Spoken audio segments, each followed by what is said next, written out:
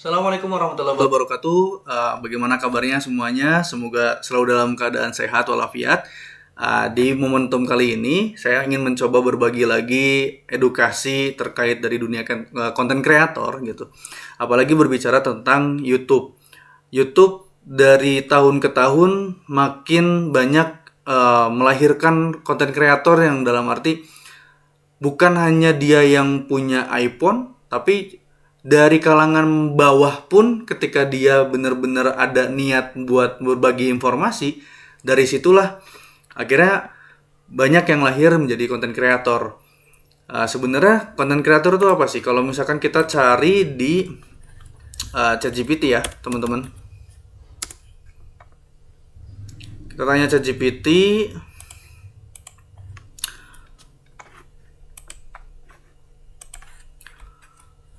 kenapa orang banyak terjun menjadi kreator di YouTube? Nah, banyak orang terjun jadi konten kreator di YouTube itu karena berbagai alasan sebetulnya.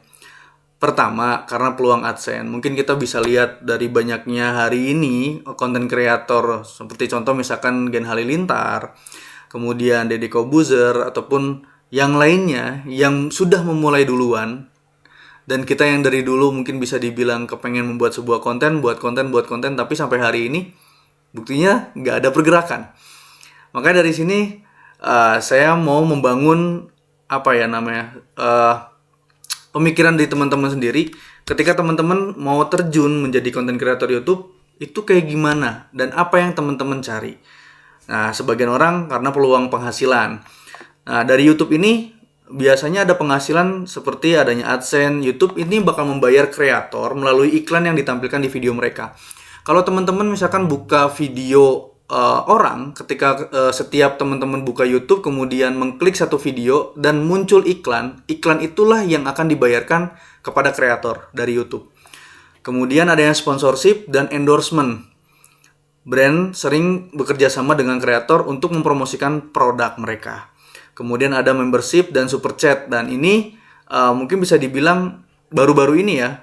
Kreator ini bisa mendapatkan penghasilan dari langganan berbayar dan donasi penonton. Mungkin kalau teman-teman lihat yang punya ratusan ribu, walaupun puluhan ribu atau jutaan juga, ada yang membership dan super chat. Karena membership dan super chat ini akan dibedakan oleh YouTube. Ibaratnya premiumnya lah ketika orang mau nonton konten yang memang nggak seperti yang konten biasa di-uploadnya. Itu membership dan super chat. Dan super chat ini biasanya ada yang ngasih gift ya berupa saweran 10.000, 20.000, itu untuk menghargai kreator yang sudah memberikan mungkin manfaat kepada orang yang sudah mendonasikan. Nah, kemudian fleksibilitas dan kebebasan berkarya. Bisa bekerja dari mana saja dan kapan saja, bebas memilih topik yang diminati seperti gaming, edukasi, vlog, dan komedi. Nah, biasanya kalau tipikal orang yang kedua ini, dia kebebasan berkarya. Nah, contohnya gimana?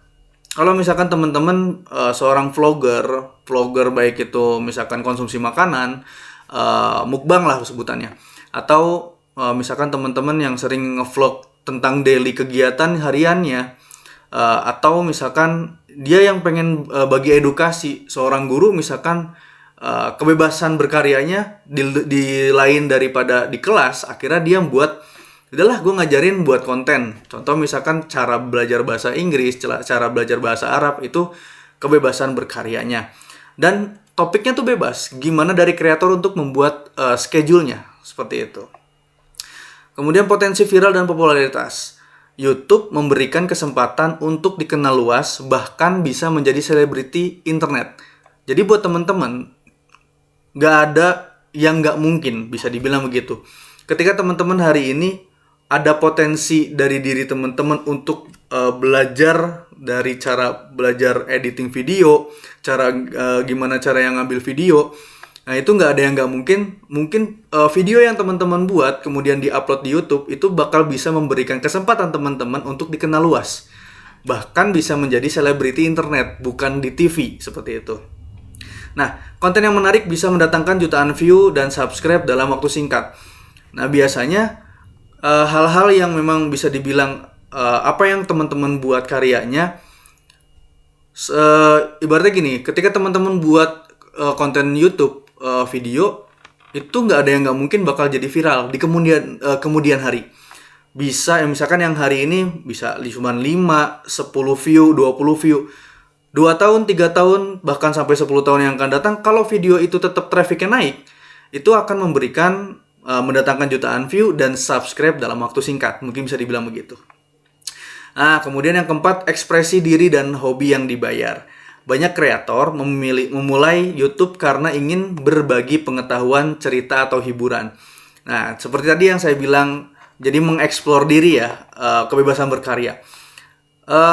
Kayak misalkan memberikan pengetahuan, cerita, atau hiburan. Contoh misalkan kita sekarang lagi di momen Lebaran, akhirnya kita berbagi gitu kan. Halo guys, misalkan hari ini saya sedang berlebaran di daerah kota mana.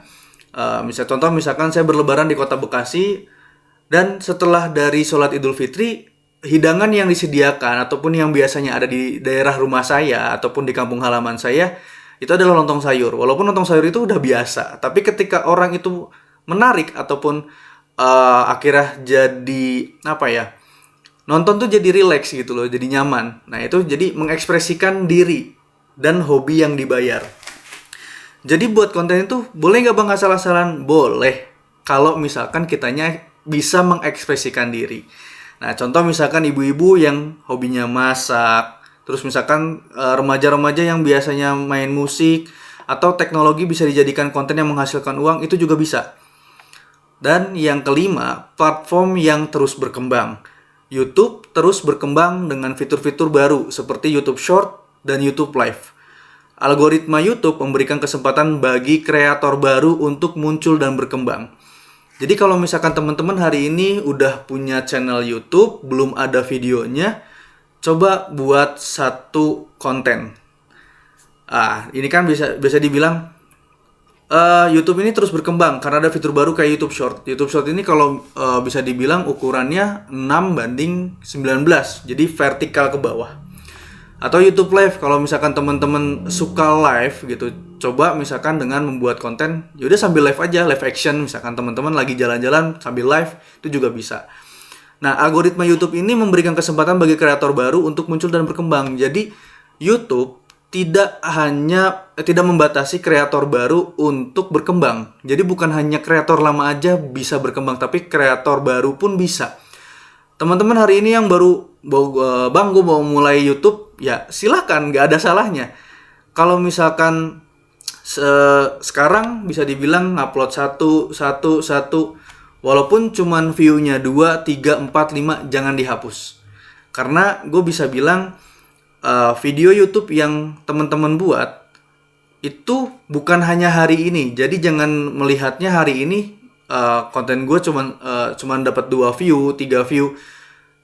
Ibaratnya YouTube itu investasi masa panjang, masa depan.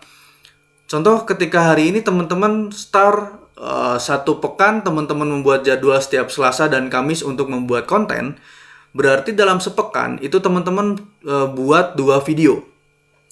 Berarti kalau dalam setahun sekitar 48 minggu kali 2, berarti sekitar 96 konten yang telah dibuat sama teman-teman dalam 1 tahun. Kalau 10 tahun, berarti perkiraan 960 video yang teman-teman buat. Nah, terus video-video lama gimana bang? YouTube akan terus mendorong algoritmanya supaya video-video yang memang bisa dibilang sepi atau seperti apa akan diangkat terus. Nah, banyak yang sukses di YouTube, tapi persaingannya juga ketat. Konsisten, kreativitas, dan pemahaman algoritma sangat penting untuk sukses di platform ini. Kamu tertarik juga untuk jadi kreator YouTube? Nah, jadi jangan pernah stuck dengan view cuma 2, 3, 5, tapi konsisten, kreativitas, dan pemahaman algoritma itu penting banget untuk mendongkrak fitur teman-teman ataupun channel yang mau teman-teman kembangin. Mungkin itu saja konten pada hari ini yang bisa kita bagikan buat teman-teman.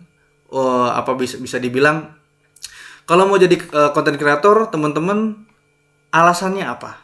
Mau dapat peluang penghasilan, fleksibilitas bebas berkarya, potensi viral dan popularitas, ekspresi diri dan hobi yang dibayar, atau platform yang terus berkembang.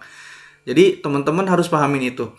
Jangan karena melihat orang-orang sudah sukses di YouTube, akhirnya udahlah gue jadi konten kreator di YouTube, kepengen dapat penghasilannya. Ternyata ketika di awal itu harus ada syarat 1000 subscriber, kemudian harus sudah punya 4000 jam tayang atau 10 juta view yang short ya. Dalam jangka waktu 3 bulan itu dia harus punya 10 juta view.